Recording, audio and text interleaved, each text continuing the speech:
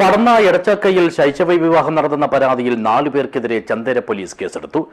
എടച്ചക്കൈ അഴീക്കൽ ജുമാ മസ്ജിദിൽ ശൈശവ വിവാഹം നടന്നതായി തെളിഞ്ഞതിനെ തുടർന്നാണ് നടപടി. ദിസ് ന്യൂസ് സ്പോൺസർഡ് ബൈ ഉയർന്ന ഗുണനിലവാരം, തികഞ്ഞ വിശ്വസ്തത, ജനതാ പാൽ.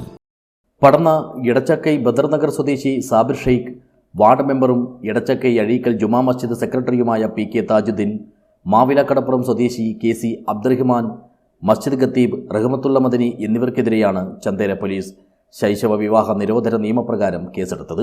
മസ്ജിദിൽ ശൈശവ വിവാഹം നടന്നതായുള്ള റിപ്പോർട്ട് കഴിഞ്ഞ ദിവസം ഫസ്റ്റ് ക്ലാസ് മജിസ്ട്രേറ്റ് കോടതിയിൽ സമർപ്പിച്ചിരുന്നു. ജില്ലാ ചൈൽഡ് പ്രൊട്ടക്ഷൻ ഓഫീസർ നൽകിയ റിപ്പോർട്ടിലും ശൈശവ വിവാഹം നടന്നതായി വ്യക്തമാക്കുന്നുണ്ട്. പ്രത്യേക സംഘം നടത്തിയ അന്വേഷണത്തിൽ പ്രതികൾക്കെതിരെ ശക്തമായ തെളിവുകൾ ലഭിച്ചതായാണ് വിവരം. വിവാഹം നടത്തിയവർക്കെതിരെ കർശന നടപടി സ്വീകരിക്കണമെന്ന ആവശ്യവും ശക്തമാണ്. പഞ്ചായത്ത് ജാഗ്രതാ സമിതി അംഗം കൂടിയായ മസ്ജിദ് സെക്രട്ടറിയുടെ ഭാഗത്തു നിന്നുണ്ടായ വീഴ്ചയും ഇപ്പോൾ ചർച്ചയാകുന്നുണ്ട്.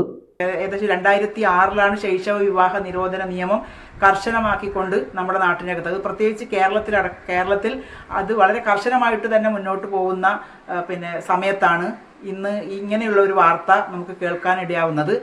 അപ്പം അതിന് കൂട്ടുനിന്നവർ, ഒരിക്കലും അത്തരം വിവാഹത്തിന്, ശൈശവ വിവാഹത്തിന് കൂട്ടുനിന്നവരെ നിയമത്തിന് മുമ്പിൽ കൊണ്ടുവരിക എന്നുള്ളതാണ്. അപ്പം ഒരു ജനപ്രതിനിധി എന്ന രീതിയിൽ, അതുപോലെ തന്നെ ഒരു ജനപ്രതിനിധി ആകുമ്പോൾ ജനപ്രതിനിധി ജാഗ്രതാ സമിതിയുടെ ചെയർമാനാണ്. അപ്പോൾ ജാഗ്രതാ സമിതി എന്ന് പറയുന്നത് തന്നെ കുടുംബ വിഷയങ്ങളുമായി ബന്ധപ്പെട്ടുകൊണ്ട്, അതുപോലെ തന്നെ ശൈശവ വിവാഹവുമായി ബന്ധപ്പെട്ടുകൊണ്ട് ആ പ്രദേശങ്ങളിൽ അത്തരം കാര്യങ്ങൾ ആ വാർഡിനകത്ത് നടക്കുന്നുണ്ടെങ്കിൽ കൃത്യമായി ഇടപെടാനും അതിനെ ശക്തമായിട്ട് അതിനെതിരെ പ്രതികരിക്കാനും പ്രതിഷേധിക്കാനും പറ്റുന്ന തരത്തിലേക്ക് മുന്നോട്ട് കൊണ്ടുപോകുന്ന ആളാണ് ജനപ്രതിനിധി എന്ന് പറയുന്നത്.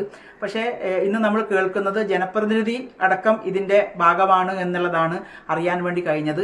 ഇനി ആര് തന്നെ ആയാലും ശൈശവ വിവാഹ നിരോധന നിയമം നിലനിൽക്കുന്ന നമ്മുടെ നാട്ടിനകത്ത് പഴയ കാലത്ത് നിന്നുള്ള പഠന ഇന്ന് ഒരുപാട് മാറിയിട്ട് നല്ല വിദ്യാസമ്പന്നരായിട്ടുള്ള ആളുകളായിട്ട് മുന്നോട്ട് പോകുമ്പോൾ അവിടെ ഇത്തരത്തിൽ ശൈശവ വിവാഹത്തിന് നേതൃത്വം കൊടുക്കുന്ന ആര് തന്നെ ആയാലും അതിനെ നിയമപരമായിട്ട് നിയമത്തിന് മുമ്പിൽ കൊണ്ടുവരിക എന്നുള്ളത് തന്നെയാണ് ഏറ്റവും പ്രധാനമായിട്ട് പഞ്ചായത്തിൻ്റെ പ്രസിഡന്റ് എന്നുള്ള രീതിയിൽ പറയാനുള്ളത്.